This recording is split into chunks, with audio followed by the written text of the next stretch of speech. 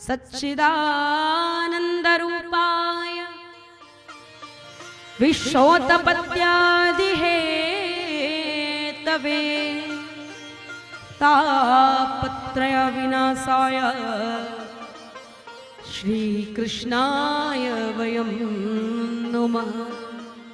सच्चिदानंद रूपाय विश्वोत्पत्त्यादिहेतवे तापत्रय विनाशाय श्री कृष्णाय वयं नुमः। सच्चिदानंद, सच्चिदानंद की भी बहुत सुंदर परिभाषा भागवत जी में की गई है। सच्चिदानंद, सत, चित और आनंद, इन तीन शब्दों को जोड़कर बना है सच्चिदानंद। सत का अर्थ होता है अविनाशी, चित का अर्थ होता है प्रकाश और आनंद का अर्थ होता है स्वयं आनंद। मान लीजिए सत अविनाशी, अविनाशी मतलब जिसका कभी विनाश ही नहीं होता है, जो पहले भी था, सतयुग में भी था, त्रेता में भी था और द्वापर में भी था, आज कलयुग में भी है। ये मानना पड़ेगा। आज नहीं मानोगे, जब हमारे ऊपर दुख आते हैं तो हमें मानना पड़ता है कि भगवान है। और सच पूछा जाए तो ऐसा नहीं है कि आज ही है, वो जन्म जन्मांतर से था, है और आगे भी रहेगा, क्योंकि उनका कभी विनाश नहीं होता है, वो अविनाशी है। सत माने अविनाशी, चित माने प्रकाश। मान लीजिए अब यहाँ अंधेरा हो जाए तो हम लोग कोई भी कार्य करने में सक्षम नहीं है। अंधेरा हो जाएगा तो क्या कार्य करेंगे? रोशनी की आवश्यकता है, परंतु प्रभु को किसी से रोशनी मांगने की आवश्यकता नहीं पड़ती है, क्योंकि वो तो स्वयं में ही प्रकाश स्वरूप है। सत माने अविनाशी, चित माने प्रकाश और आनंद माने स्वयं आनंद। अच्छा, यहाँ इतने जन बैठे हैं, एक बात मेरे को बताइएगा, आपने कभी आनंद की अनुभूति करी है? आनंद क्या है किसी को मालूम है? कभी देखा है आनंद को? मैं बताती हूँ आनंद कैसा होता है, बहुत ध्यान के साथ सुने आप लोग।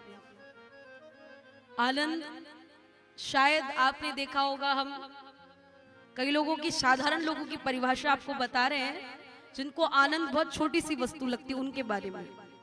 कई लोग कहते हैं अरे आज पिकनिक मनाने गए, पिकनिक में बड़ा आनंद आया।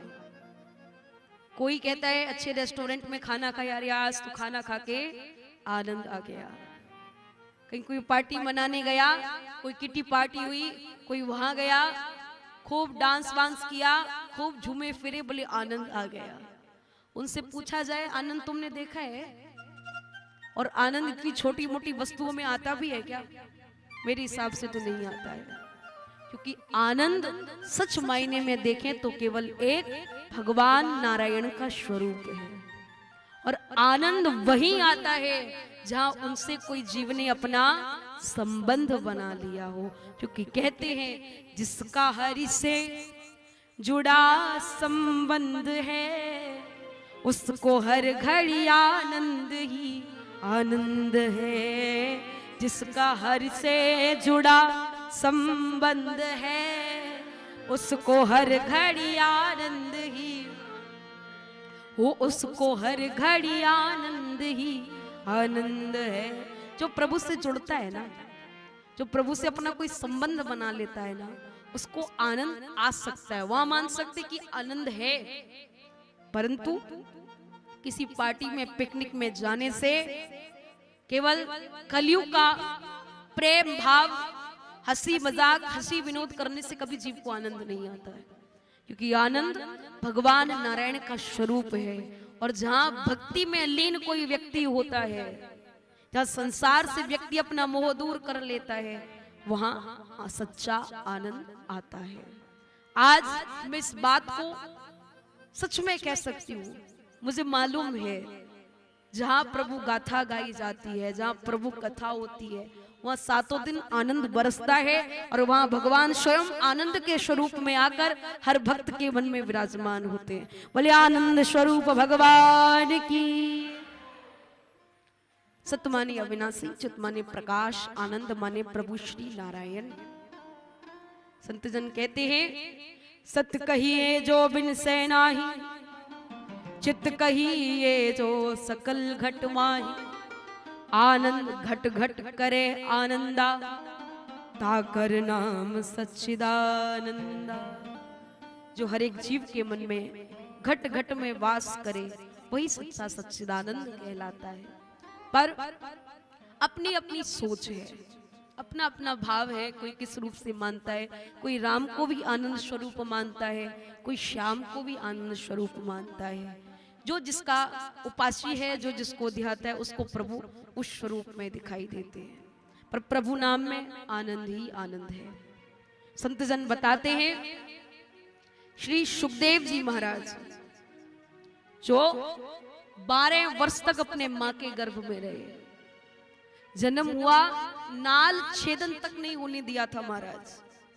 वन में जाकर केवल और केवल हरि भजन किया है, क्योंकि मालूम है हरि नाम नहीं तो जीना क्या। अगर उसका नाम नहीं लिया, संसार में आए हो, भजन नहीं किया तो जीवन बेकार है।